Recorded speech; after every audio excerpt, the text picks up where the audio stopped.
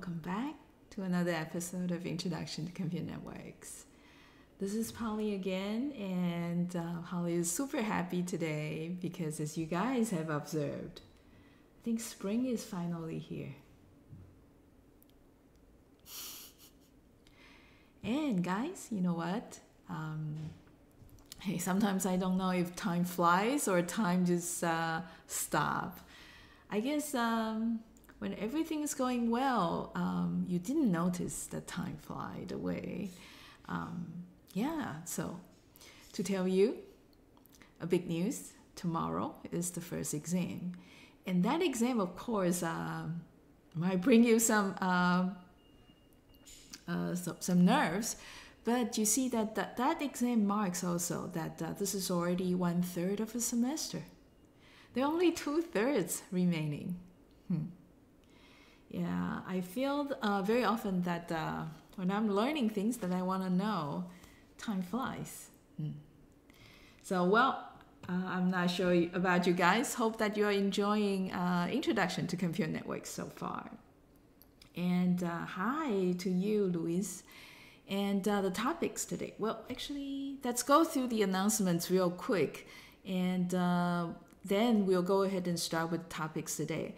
I expect that there will be a few minutes remain after we go through the topics today, and then we'll come back to talk about the exams more.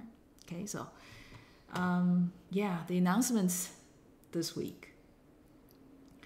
First is that there's one more quiz, and this quiz is still within the exam scope. So make sure that you work on this one, and it's probably better that you complete this one just in case that it might show up tomorrow.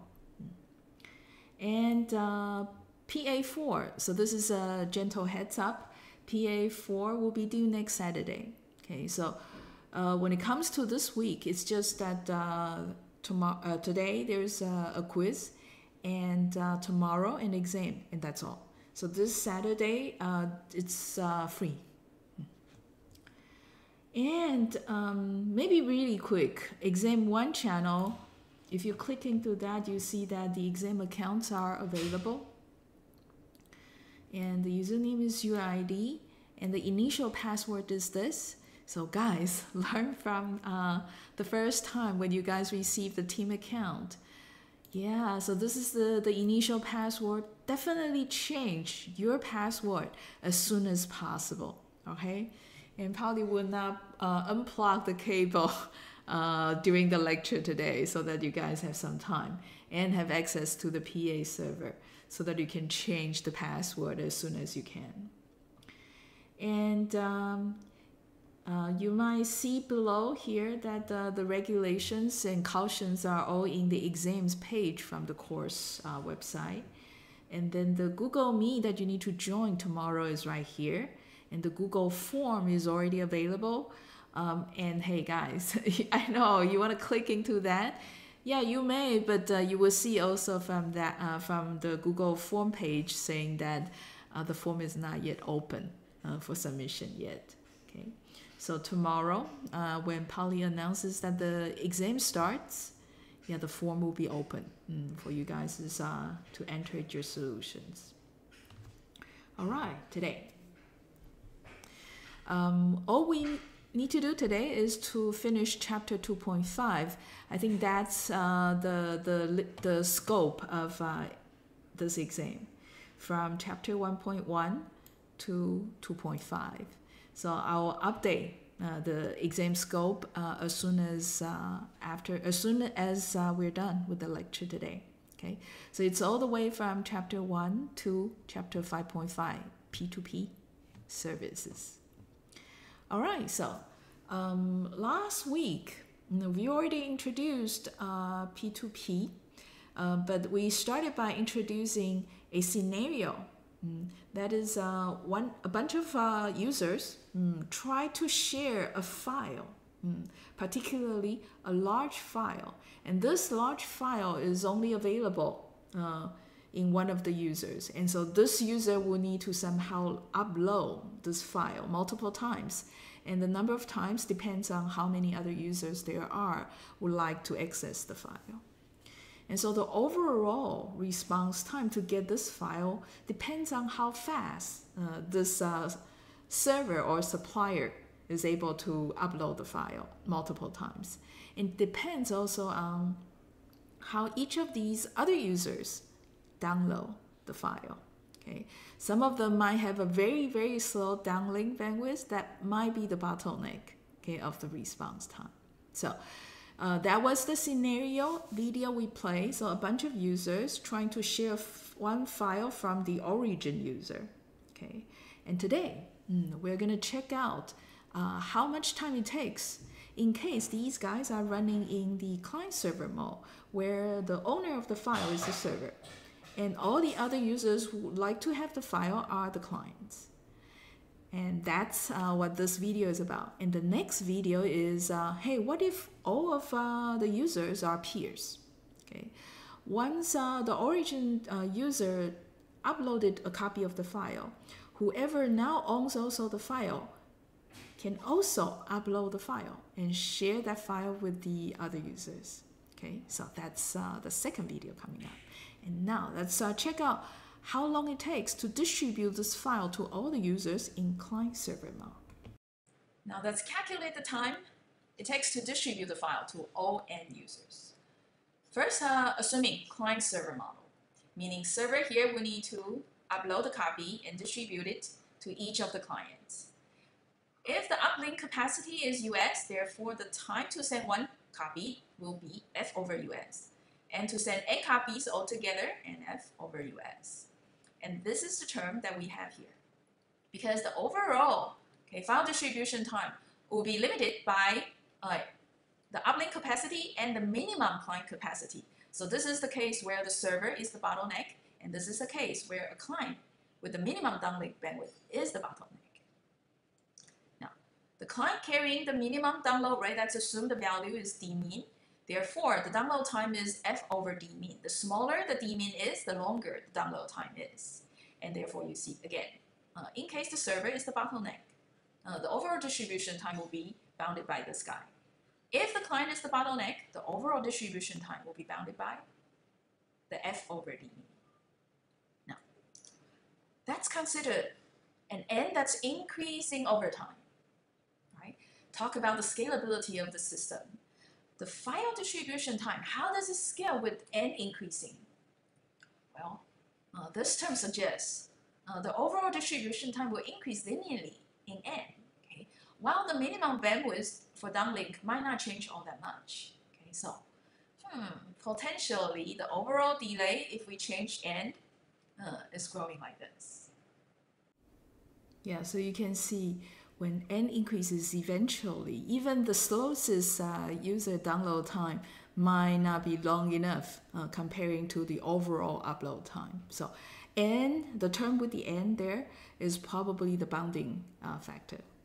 Now that's client-server mode's file distribution time. Let's check out in case we run in the peer-to-peer mode.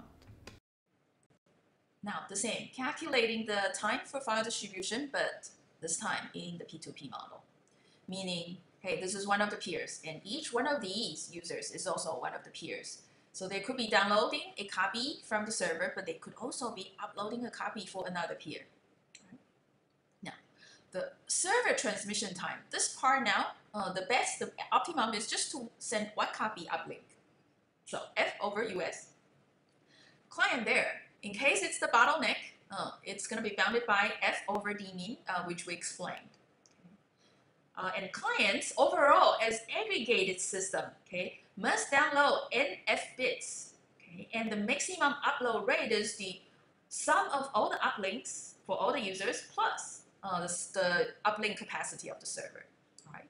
So in a way, the file distribution time here for a P2P system, it's bounded by either bottleneck at the server, bottleneck at the client, or bottleneck as the system as the whole. If we want to download NF bits over this much bandwidth entirely, right? So we have the server being the bottleneck case, one of the clients being the bottleneck case, and the system overall being the bottleneck case. So NF bits that needs to be passed out, okay, over the entire capacity, entire uplink capacity of the system. Right? So the distribution time bounded by one of these three terms. All right, now consider again, if n is increasing over time, right? The scalability of the P2P modeled file distribution system. Which of the term you think is going to grow with the n? Yep, this one over here, right? It also grows linearly with the n. But if you look closer, when the number of users also increase, this term also increases. Yeah, so does this. And each peer brings service capacity. If you recall, this is also what was talked about called the self-scalability, a nice property of P2P architecture. Okay?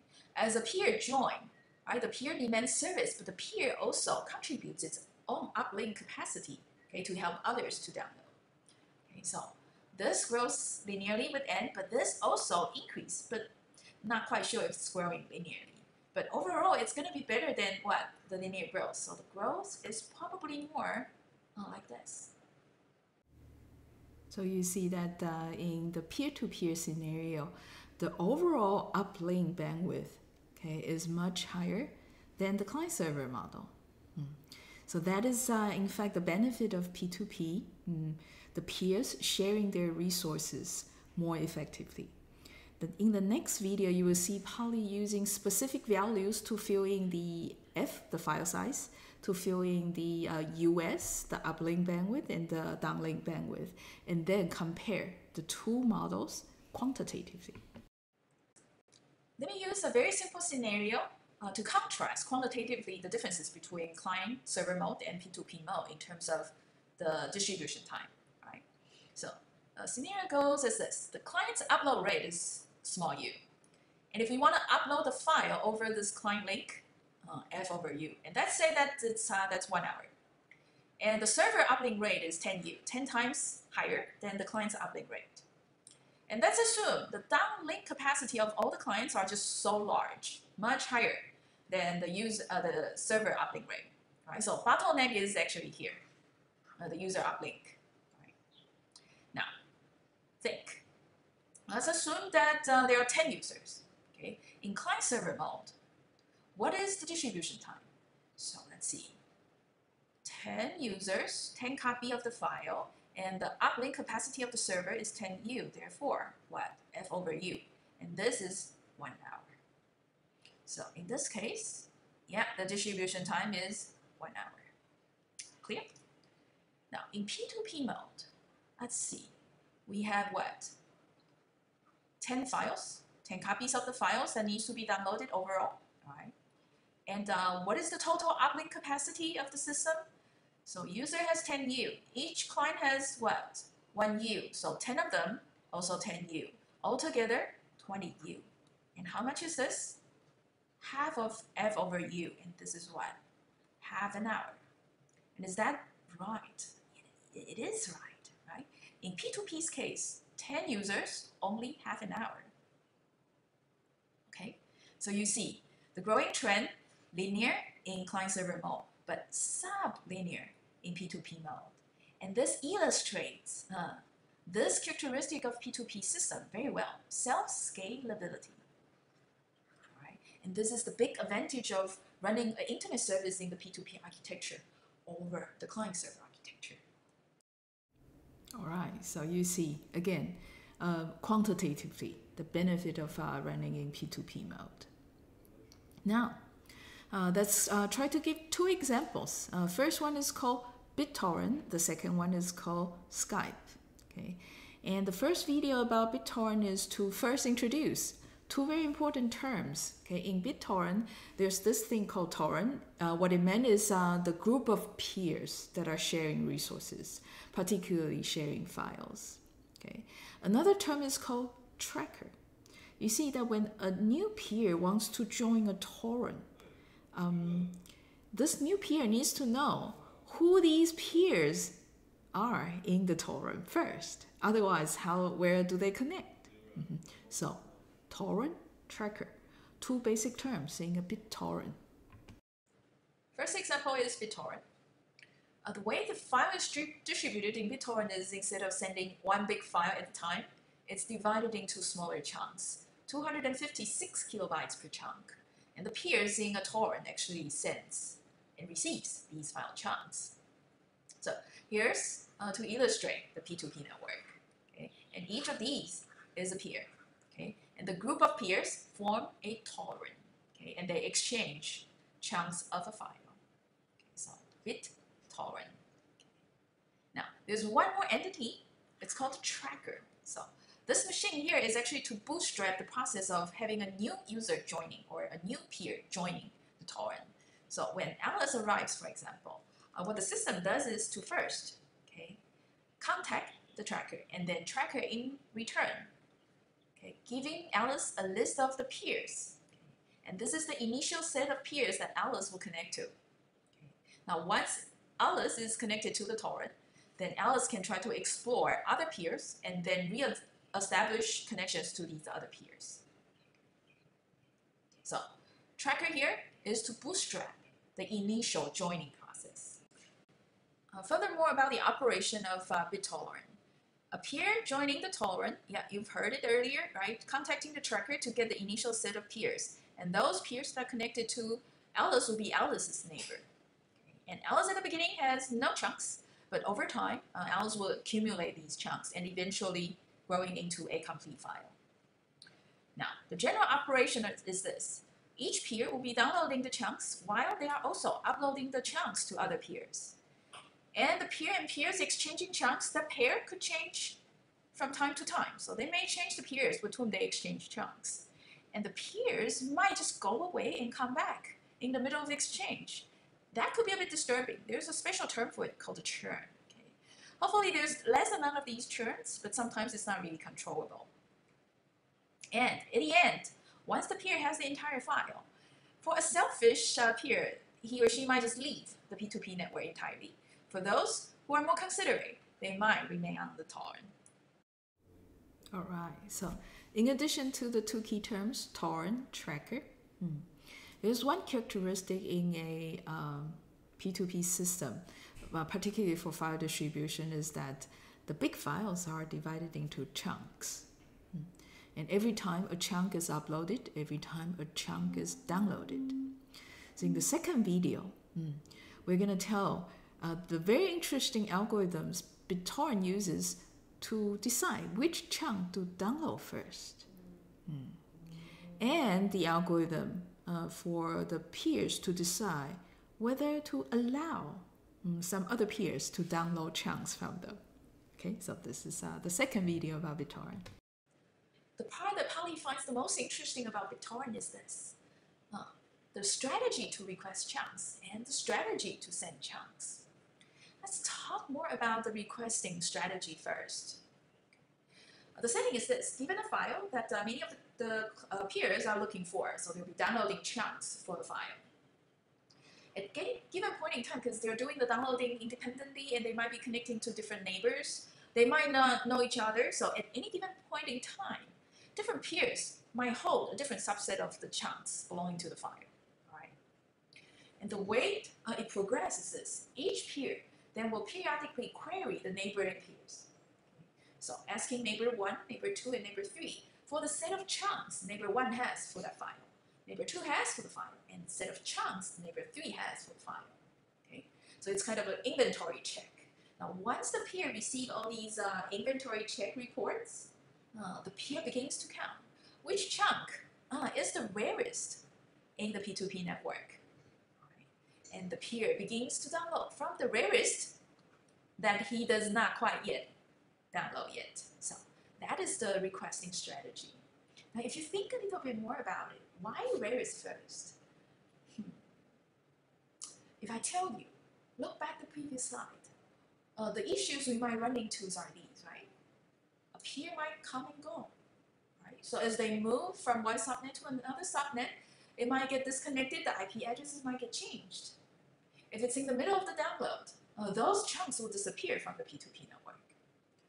Also, right, when some peer finish downloading all the chunks to a file, and if the peer is selfish, they might just leave the network entirely. So in a P2P network, real users will all have this anxiety of not being able to find a specific chunk for a file. And that is also when BitTorrent downloading can go really, really long. It's not because there's not enough capacity, but it's more. Yeah, certain chunks are no longer there on the network. Okay, so it's actually quite important this very strategy is implemented on a P2P network like this. Right? And another aspect that's interesting is the sending strategy. And I love the name, tit for tat. It sounded kind of fun. Right? The way it works is also very simple. Alice here as an example here, she will send chunks to others that are sending back to her at the highest rates. Okay, so hey, if you're generous to me, then I will be generous to you. Okay, eye for eye, tit for tat. But this simple strategy might create this problem. Other peers are not sending at the highest rate, will be choked then. These guys might not get a chance of downloading certain chunks from Alice at all. Right? This is actually not quite that good. So Alice will reevaluate the top 4 every 10 seconds. So those peers who discover that they're choked, they're not downloading any chunks, they might decide to contribute more uplink capacity. Therefore, as a result, they might get some chunks from Alice back the next round, the next 10 seconds. Okay, so this is the general strategy. Okay, share your uplink bandwidth, then I share mine.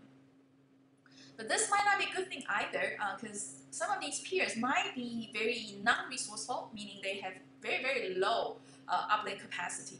As a result, they might always come up short here in the competition for the highest rate neighbors. So every 30 seconds, Alice will be very generous, okay?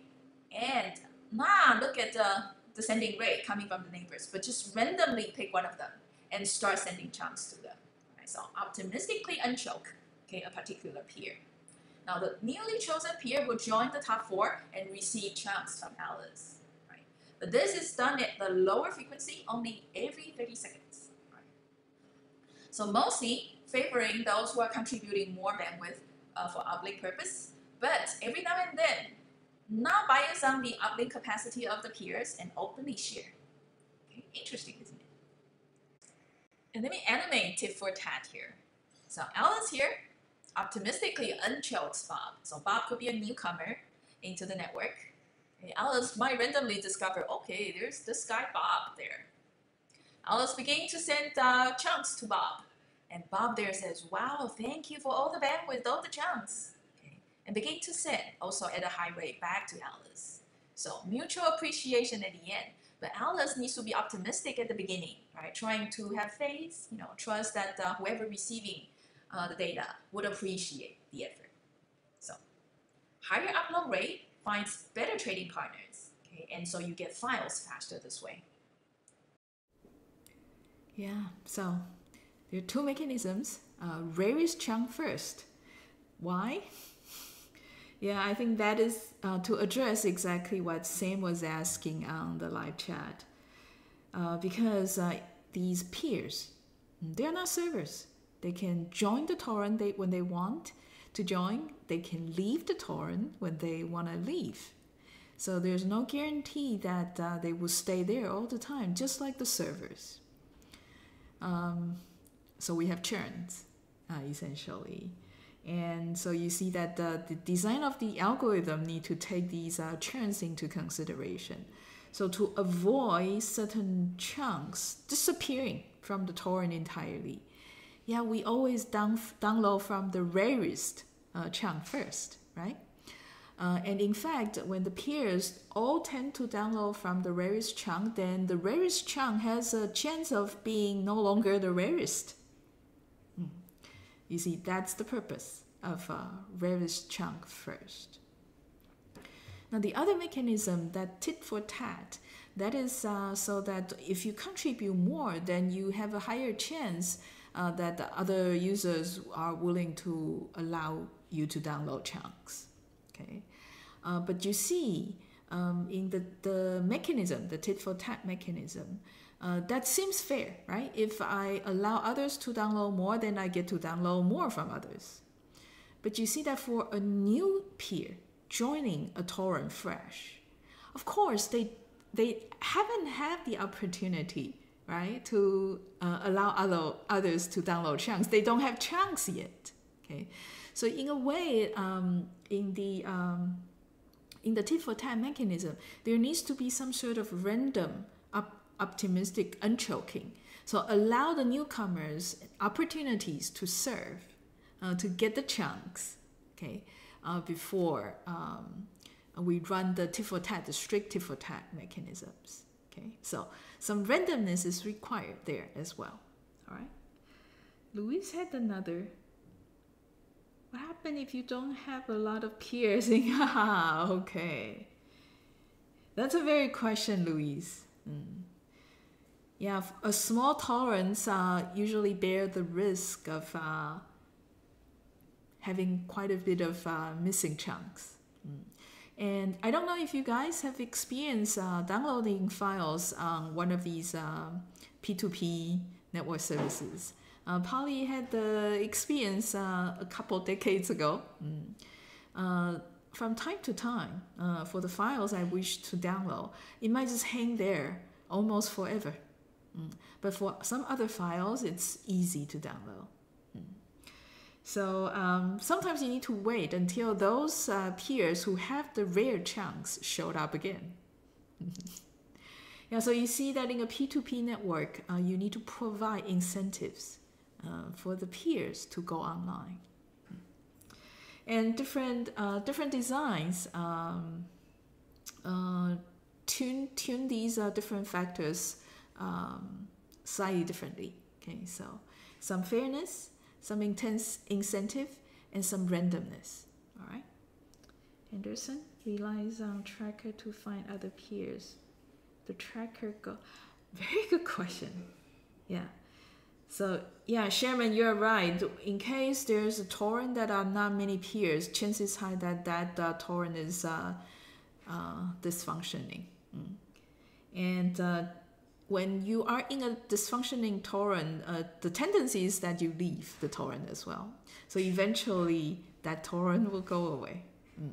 So Sherman, you are actually right. Your intuition is very good. Henderson asks, so when a user needs to join a torrent, the user needs to find the tracker that keep track of who the peers are on the torrent first. Okay, and what if the tracker left, right? What if there are churns for these trackers? Yes, Henderson, if the tracker is not there, the torrent is nowhere to be found. It's as simple as that. So in fact, for many of the P2P networks, yeah, what they are struggling is to make sure that the trackers for the torrents are alive. Okay, and that takes us perfectly to quiz 14. All right, let's go to the P2P mode. Oops. Now you see my dashboard. All right. So this is quiz 14. The people come and go. So are the BitTorrent trackers. So BitTorrent is a P2P application that that mastered a large file distribution, large file sharing. And you see that for each file, meaning for each torrent that distributes a particular file, there needs to be a tracker. And these trackers, there used to be a lot of these trackers. For example, supernova.org, Torrent Spy, Loki Torrent, BT Junkie, etc., etc. But many of these are gone. There's one that goes on and off, struggling, but still alive. Pirate Bay. I don't know if you guys know about this place. You know what? We can actually Google Pirate Bay app. Okay, and the reason that these trackers have trouble staying alive could be because of this. Pirate Bay down. So this is a news that it obviously Swedish core has an issue with the tracker. So the domains are seized, and therefore Pirate Bay, the website, is down because the domain is no longer there, right? So it cannot be searched on the World Wide Web. Okay, so essentially, as you can see here, a torrent looks more like this, a website, and you can search and find a particular torrent for a file. And so when Pirate Bay is down, ooh, you don't have that website allowing you to find the file you wish to download. Okay. But the news says this, but the site is likely to pop back up again somewhere else. Okay, so Swedish court ordered the domain down because that domain is registered in Sweden. Okay, so this is back in 2015. It's still alive, I can say.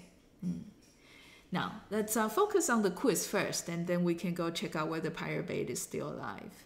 Okay, so as Henderson said, right, a tracker is just a website. It seems very easy to kill a tracker, right? All these are gone. Okay. Q1 asks, first, you exercise your common sense, or maybe Google a little bit, or maybe I don't know if your ChatGPT is online. Okay, ask ChatGPT, why are these high-profile trackers shut down? Right? Why was Swedish court order that the Pirate Bay goes off in Q2? Okay. If you know a little bit why, maybe you can come up with a mechanism such that it's hard to shut down the trackers entirely. Okay. So first is to ask you to think about why. Second is regardless of the reason that they are brought down, can you think of a way to keep the trackers alive? All right. So let's go to the score space, and let's go to, I think, week 6, quiz 14. All right.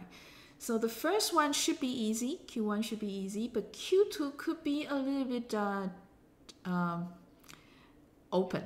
All right. So think it through. You guys have 8 minutes to work on this, and that's start counting time.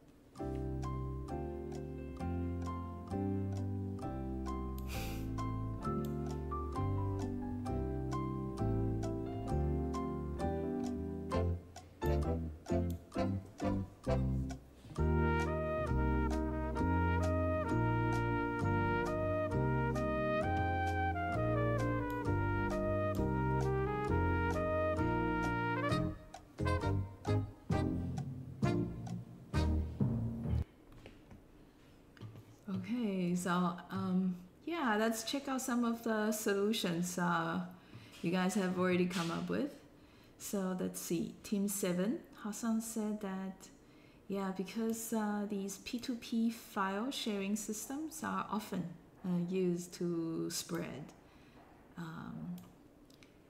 pirated content, yeah, illegal files.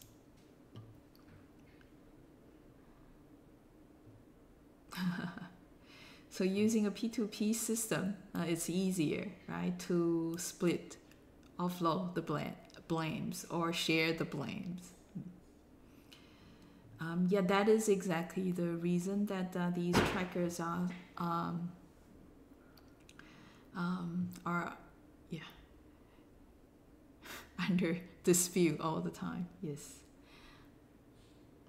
And how do you keep these trackers alive?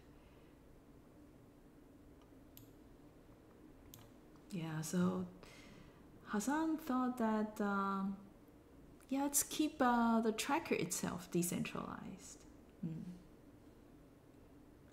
Interesting. You know what? Bitcoin is also a P2P based system. Yeah, so there's this blockchain there where many nodes are interconnected, and together they maintain the records of Bitcoin trades, okay, mining results of the Bitcoins. Yeah, it's completely P2P. It's a consensus-based majority vote wins. So yeah, the trackers can work like this, much like the Bitcoins, then it's hard to shut down, much like Bitcoin. All right, very interesting. In Team 15, Jaden is saying that, yeah, because the trackers, their websites, they seem easier than the torrents being taken off, right? And many of these files are copyright protected. So the owners of the copyrights would like to take these trackers off. Yeah, in a way that these trackers are easy targets. Because individual peers on a torrent, when you take one down, there are still many alive. And for Q2, then you exploit the exact idea, right? So you distribute the tracker system itself. Okay. Make it harder to shut down by spreading them out, distribute them out. Okay.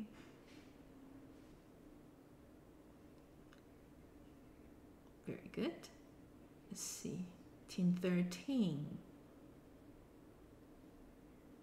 Yeah, similarly, these P2P file systems tend to distribute these content that are copyright protected. Okay.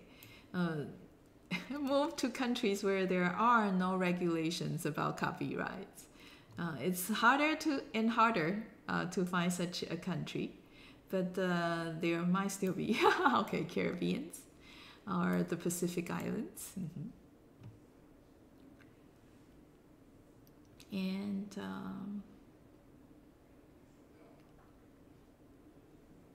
so maybe encryption.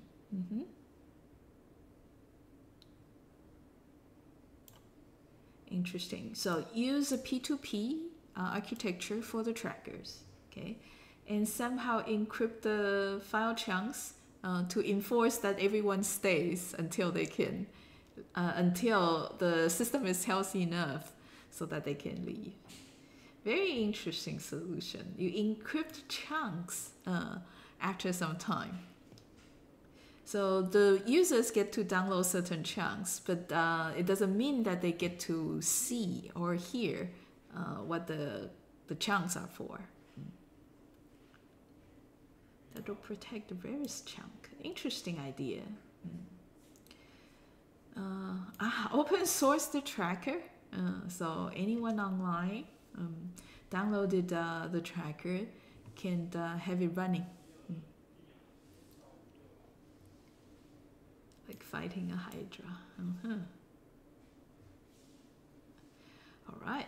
Yeah, so I guess you guys all figured out that because the content is copyright protected. And I guess that is why. So I was trying to access Pirate Bay, and I was warned that hide your IP while torrenting, use VPN. Yeah. For Q2. So each of the peers will be a tracker itself. Ah, interesting. And use a hash table to allow access from one to another. Very interesting. Yeah, this is also the general idea of Bitcoin.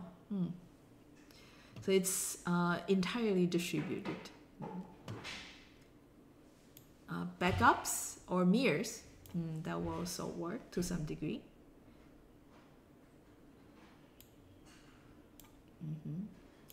Yeah, so these content are not lawful. Multiple mirrors and have the trackers interconnected. Yeah, very good. Okay, pay membership. Hey, Kelvin.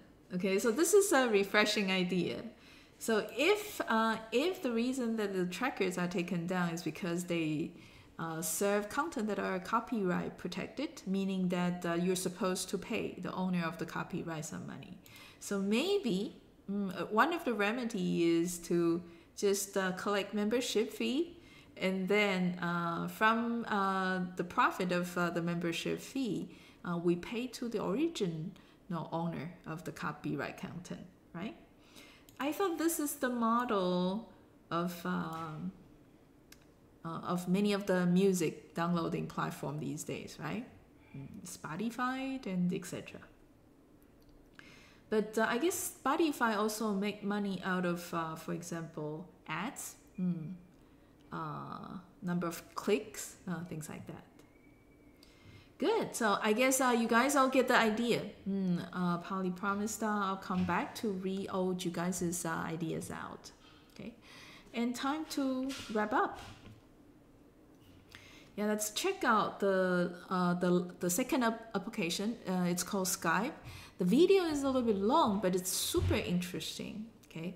In BitTorrent, you see that all the peers in a torrent is somewhat equal. At least their roles are equal. You download chunks. You also allow other peers to download chunks from you. In Skype,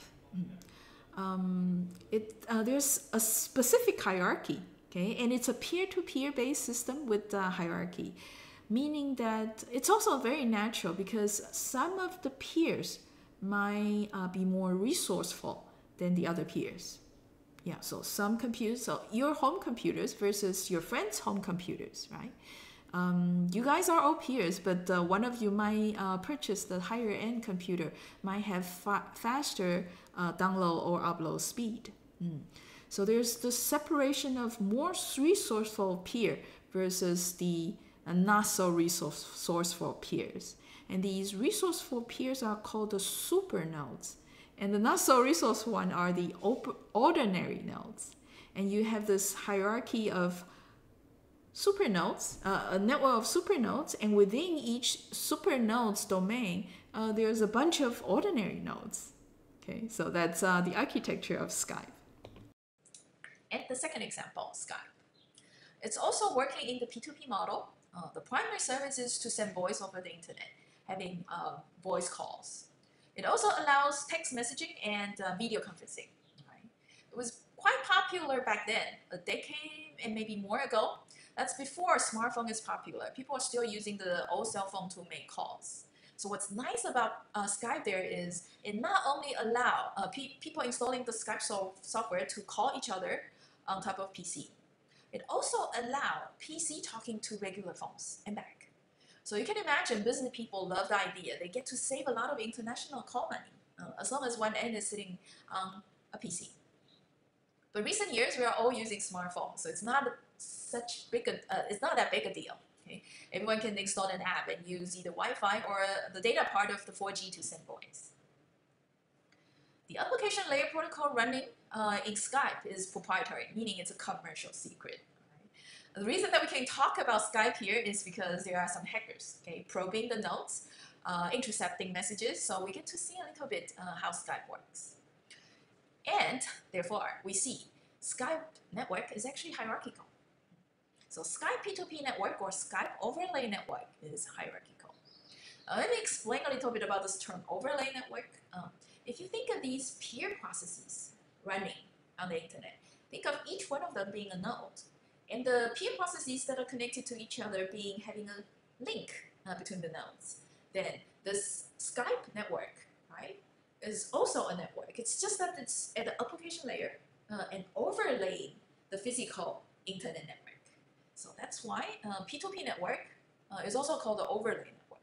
In fact, it was called the overlay network first academically, and then the commercial world adapts an easier to understand term, the P2P network. And the hierarchy of the Skype network looks like this. At the lower level, once you've installed the Skype software, then you become one of these Skype clients, SCs. And some of us over time might be elected as a supernode, SN. Okay, so supernode is just like one of the peers, except that it's more resourceful. By that, Skype tried to select those who have higher uplink bandwidth, okay, or downlink bandwidth, okay, as supernode. Another important condition is this, the IP address. If the IP address the supernode is using or the client is using is global, meaning it's somewhat static and referable, destinable from other nodes, then that guy is qualified as a supernode. Okay, so supernode candidates, either high uplink downlink bandwidth or having a global IP, static IP. Now, these guys, one supernode and a set of Skype clients or regular nodes, okay, ordinary nodes, form a cluster. And there could be a cluster here and there. Right? At the core, the supernodes will try to interconnect to each other and therefore connecting the clusters together. Okay, so you see, there's a core part and then there's the edge part. And the structure of the Skype network is somewhat like the internet.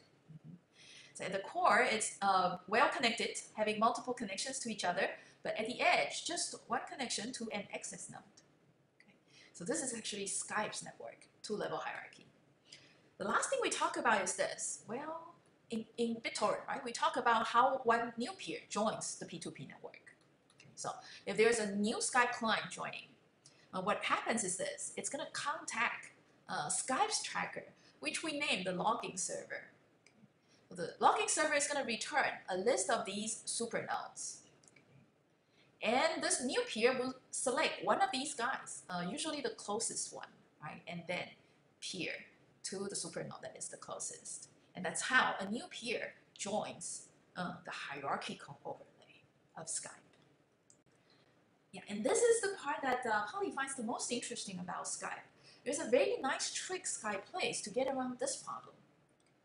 Here, what if Bob and Alice, the two peers, are both sitting behind the NAT box, Network Address Translation Server? So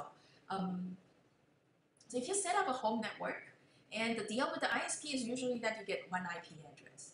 But if you purchase one of these home gateways and have it running, what you might be thinking is also this, right? You can actually connect multiple devices to the home gateway. despite that the ISP provides only one IP address. Well, static or dynamic, but only one IP address. What is going on there?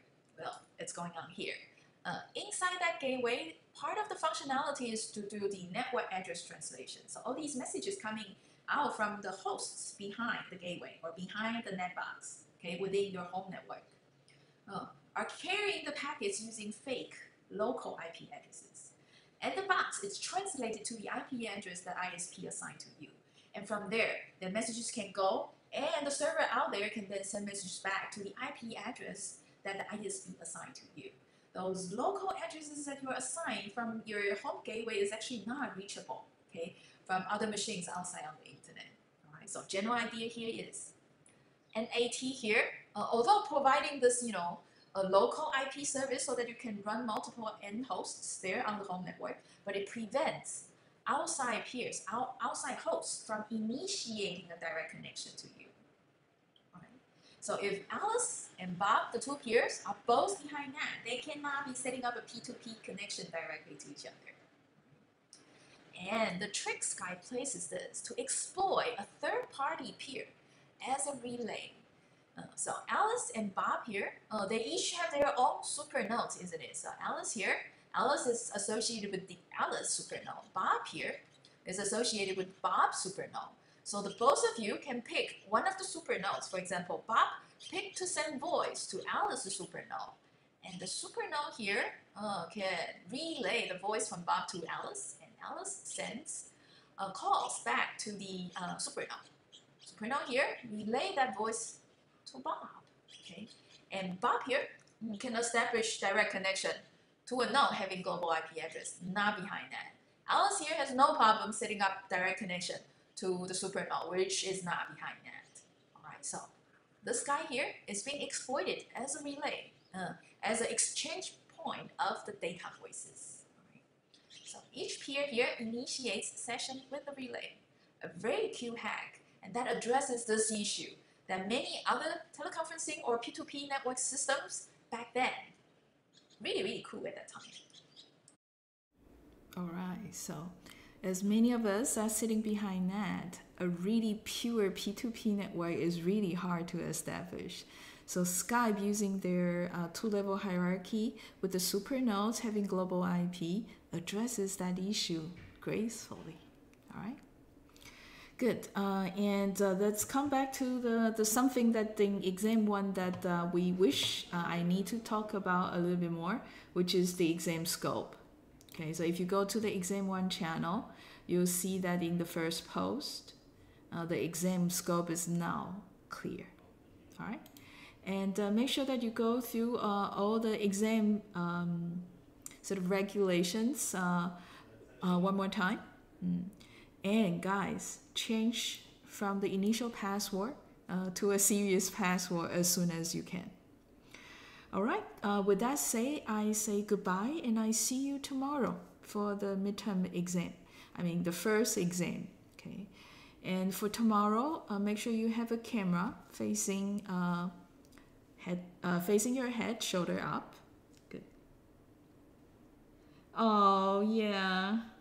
Rest in peace. Yeah, so Microsoft purchased Skype back in 2017 or 18, I forgot exactly.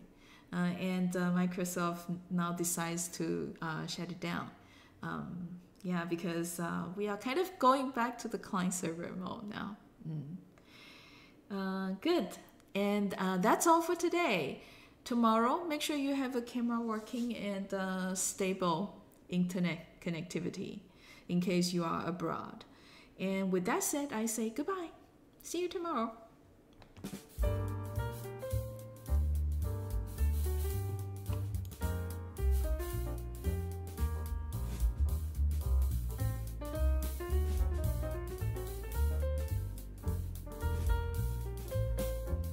Okay. I can say that the exam this time is fair. And for some of you, it might be a little bit easier than usual. Okay, guys. Bye. Okay, see you tomorrow.